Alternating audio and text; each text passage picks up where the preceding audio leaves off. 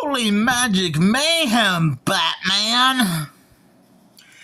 Good afternoon, everybody. It's the Media Guy once again with another movie review. This time I'm here to share my thoughts on a classic Disney movie that dates all the way back to 1971 called Bedknobs and Broomsticks. Now I know what you're thinking. Dude, that has to be the goofiest name for a movie I've ever heard in my life.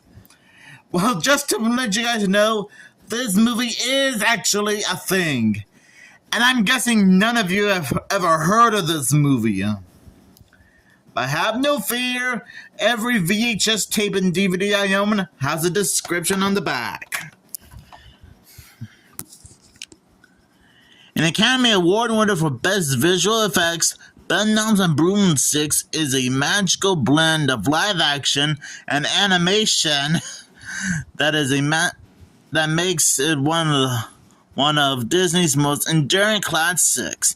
This magical 30th anniversary edition version of the film is now yours to enjoy in the digital splendor of this remastered, fully restored DVD.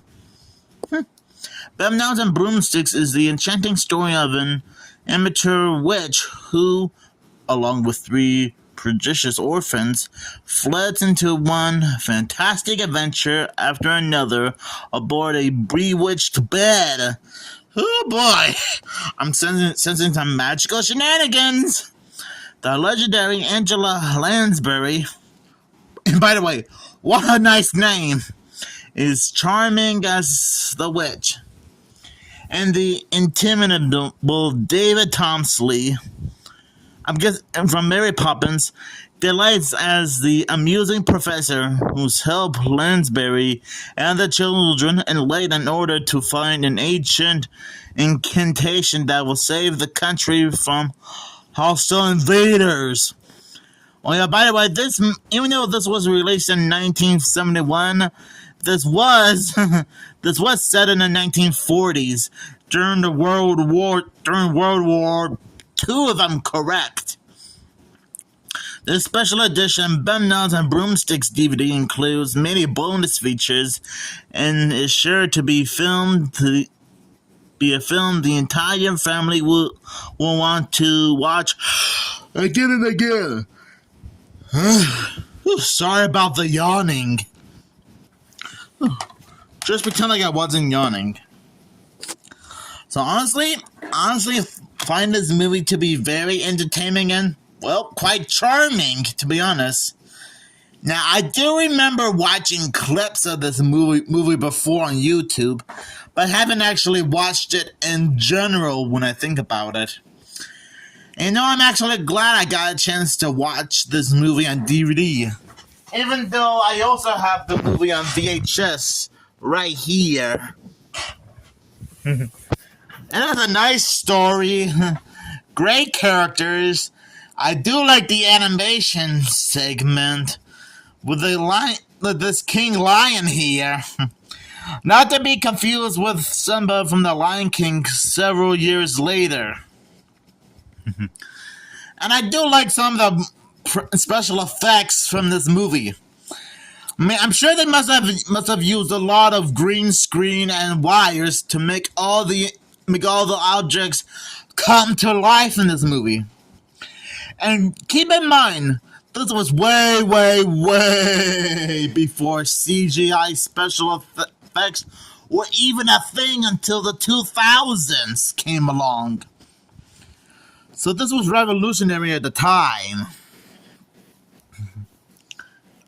And like I said, they really managed to do a good job making this movie quite magical. Especially her, Angela Lansbury, an amateur witch. And don't worry, she's not like one of those terrifying witches you see in most Salem witch-style movies, including Scooby-Doo and the Witch's Ghost.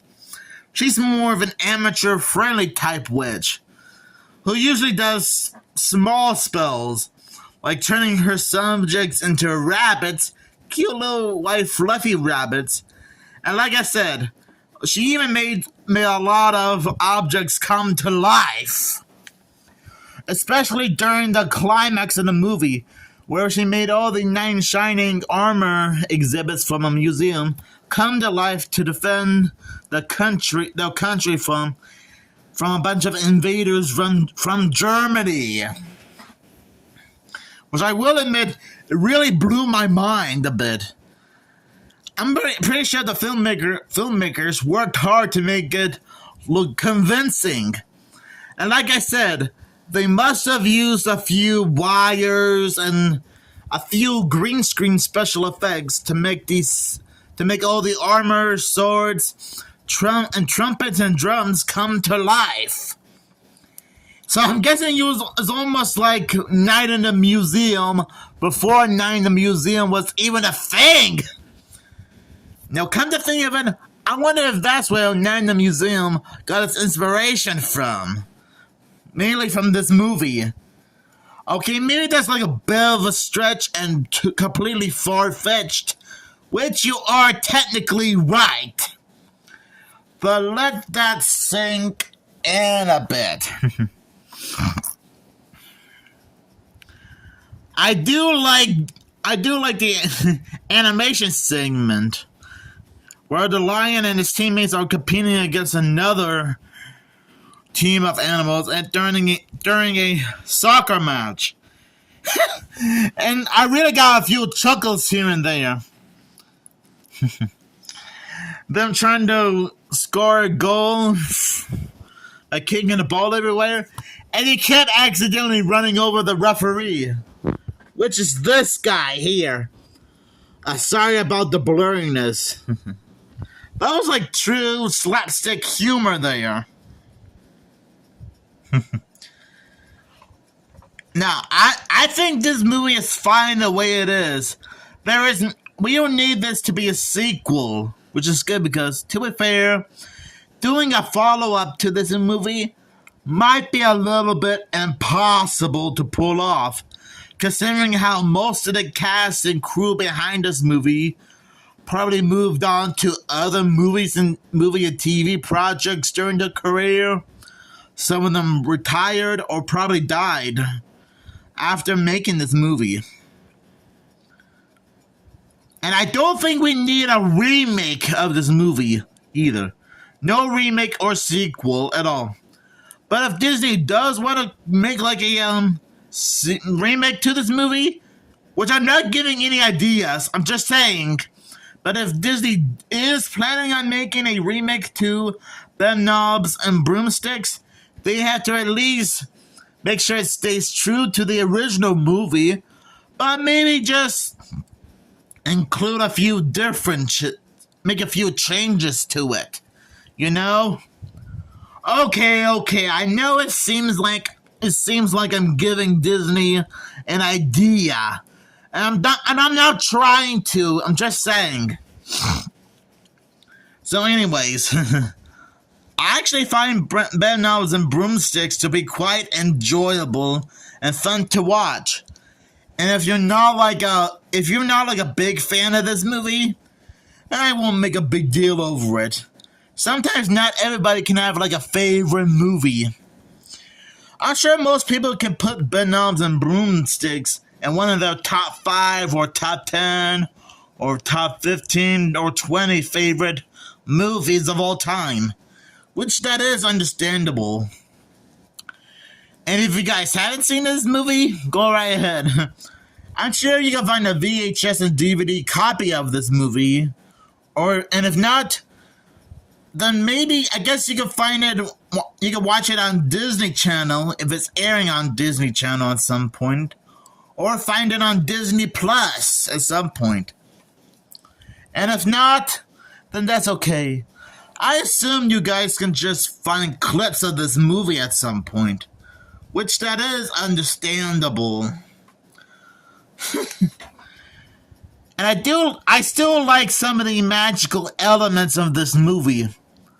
So I guess the more you think about it, I'm guessing this movie is almost like Harry Potter or Wizards of Waverly Place before either one of those even became a thing decades later when you think about it.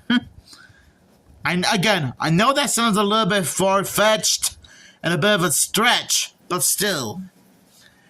So I'll give this movie 5 magic broomsticks out of 5.